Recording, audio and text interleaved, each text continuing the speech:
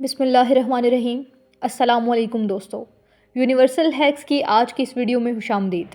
آج ہم ایک حیرت انگیز اور پیچیدہ موضوع پر بات کریں گے کہ ہماری کائنات پہلے سے زیادہ تیزی سے کیوں پھیل رہی ہے۔ اس حقیقت کو سمجھنے کے لیے سائنسدانوں نے دہائیاں لگا دی اور ابھی بھی بہت سے سوالات باقی ہیں۔ اس ویڈیو میں ہم کائنات کے پھیلاؤ، اس کے آغاز اور تاریک توانائی کے پراسرار موضوع پر تفصیل سے بات کریں گے۔ تو آئیے جانتے ہیں کہ کائنات کے پھیلاؤ کیسے دریافت ہوا۔ پہلے یہ سمجھنا ضروری ہوگا کہ کائنات کے پھیلاؤ کی دریافت کیسے ہوئی۔ 1920 کی دہائی میں امریکی ماہر فلکیات ایڈون ہبل نے کہکشاؤں کی حرکت کا مشاہدہ کیا۔ انہوں نے کہاں مشاہدہ کیا؟ جب انہوں نے کہکشاؤں کی روشنی کا تجزیہ کیا تو انہوں نے یہ دریافت کیا کہ ان کی روشنی کا رنگ سرخ کی طرف کھسک رہا ہے، جسے ریڈ شفٹ کہتے ہیں۔ یہ ریڈ شفٹ ایک خاص اثر کا نتیجہ تھا جسے ڈوپلر ایفیکٹ کہتے ہیں۔ ڈوپلر ایفیکٹ کی وضاحت یہ ہے کہ جب کوئی چیز ہم سے دور ہو رہی ہوتی ہے تو اس کی روشنی کا رنگ سرخ کی طرف مائل ہوتا ہے، اور جب وہ نزدیک آ رہی ہوتی ہے تو نیلے رنگ کی طرف مائل ہوتا ہے۔ ہبل نے یہ مشاہدہ کیا کہ آخر تمام کہکشائیں ہم سے دور ہو رہی ہیں، اور جتنا زیادہ وہ ہم سے دور جاتی ہیں اتنی ہی تیزی سے دور جا رہی ہیں۔ اسے ثابت ہوا کہ کائنات کسی مستقیم حالت میں نہیں ہے بلکہ مسلسل پھیل رہی ہے۔ دوستو، سیکشن 2 میں بگ بینگ نظریہ اور کائنات کے آغاز سے پہلے یہاں پر کچھ قرآنی آیات کے ساتھ اس کائنات کے پھیلاؤ کے بارے میں ذکر کرتے ہیں۔ دوستو، سورۃ الفاطر میں اللہ تعالیٰ فرماتے ہیں، الحمدللہ فاطر السماوات والارض یزید فی الخلق ما یشاء ان اللہ علی کل شیء قدیر۔ تمام تعریفیں اللہ ہی کے لیے ہیں جو آسمانوں اور زمین کو بنانے والا ہے۔ وہ اپنی تخلیق میں جو چاہتا ہے بڑھاتا جاتا ہے، بے شک اللہ تعالیٰ ہر شے پر قادر ہے۔ اسی کے ساتھ اللہ تعالیٰ سورۃ الذریات میں فرماتے ہیں، وَالسَّمَاءَ بَنَيْنَاهَا بِأَيْدٍ وَإِنَّا لِمُوسِعُونَ۔ آسمان کو ہم نے اپنے ہاتھوں سے بنایا اور ہم ہی اس کو پھیلانے والے ہیں۔ اس آیت کریمہ میں دو ٹوک انداز میں ایک واضح بات کر دی گئی ہے کہ کائنات اسے رب العالمین نے طاقت اور توانائی کے ساتھ تخلیق کیا، وسیع تر انداز میں ہر سمت پھیلتی اور بڑھتی جا رہی ہے۔ اور یہاں پر لفظ لِمُوسِعُون جس کی وضاحت ہے وسعت یعنی پذیرائی اور کسی چیز کا پھیلانا، یعنی ہم اس بات پر یہ دلیل دے سکتے ہیں کہ کائنات کا پھیلاؤ ممکن ہے۔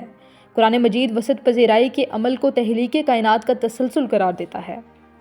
یہ پھیلاؤ کا تصور ہمیں بگ بینگ تھیوری تک لے جاتا ہے جو کہ ہماری کائنات کے آغاز کو بیان کرتا ہے۔ بگ بینگ تھیوری کے مطابق کائنات تقریباً 13.8 ارب سال پہلے ایک انتہائی چھوٹے، گرم اور گنجان نقطے سے وجود میں آئی تھی۔ اس دھماکے کے بعد توانائی اور مادہ کے پھیلاؤ سے کہکشائیں، ستارے، سیارے اور دیگر آسمانی اجسام وجود میں آئے۔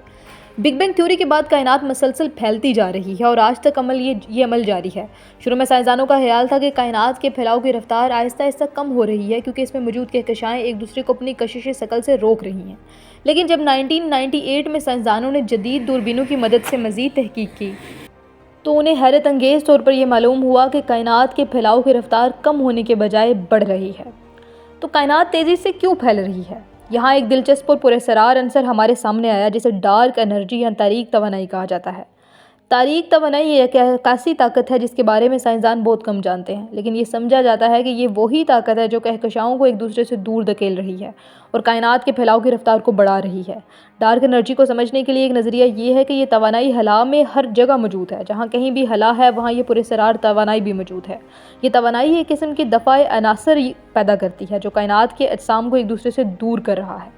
یہ بھی کہا جاتا ہے کہ کائنات میں موجود کل توانائی میں تقریباً 70% تاریک توانائی ہے۔ اس کے علاوہ 25% ڈارک میٹر پر مشتمل ہے جو مادے کی ایک پراسرار شکل ہے۔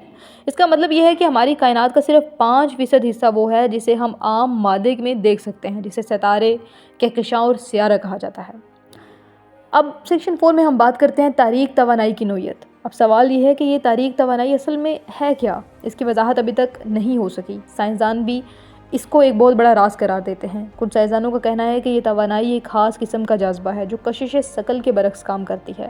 کچھ ماہرین کا خیال ہے کہ یہ کوانٹم فیلڈ تھیوری سے تعلق رکھتی ہے۔ ان کے مطابق خلا میں موجود ہر چھوٹے ذرے کی حرکت ایک محسوس توانائی پیدا کرتی ہے جسے ویکیوم انرجی کہا جاتا ہے۔ یہ ویکیوم انرجی کائنات کو پھیلانے کی طاقت فراہم کر رہی ہے، لیکن ابھی تک کوئی حتمی نظریہ موجود نہیں ہے۔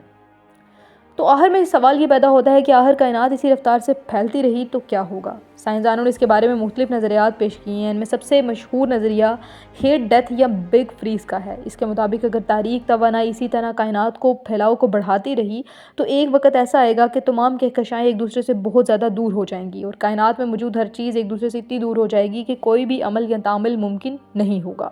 ایسی حالت میں کائنات سرد، اندھیری اور خاموش ہو جائے گی، کہکشائیں اور ستارے مکمل طور پر ختم ہو جائیں گے اور صرف ٹھنڈی بے جان چیزیں باقی رہ جائیں گی۔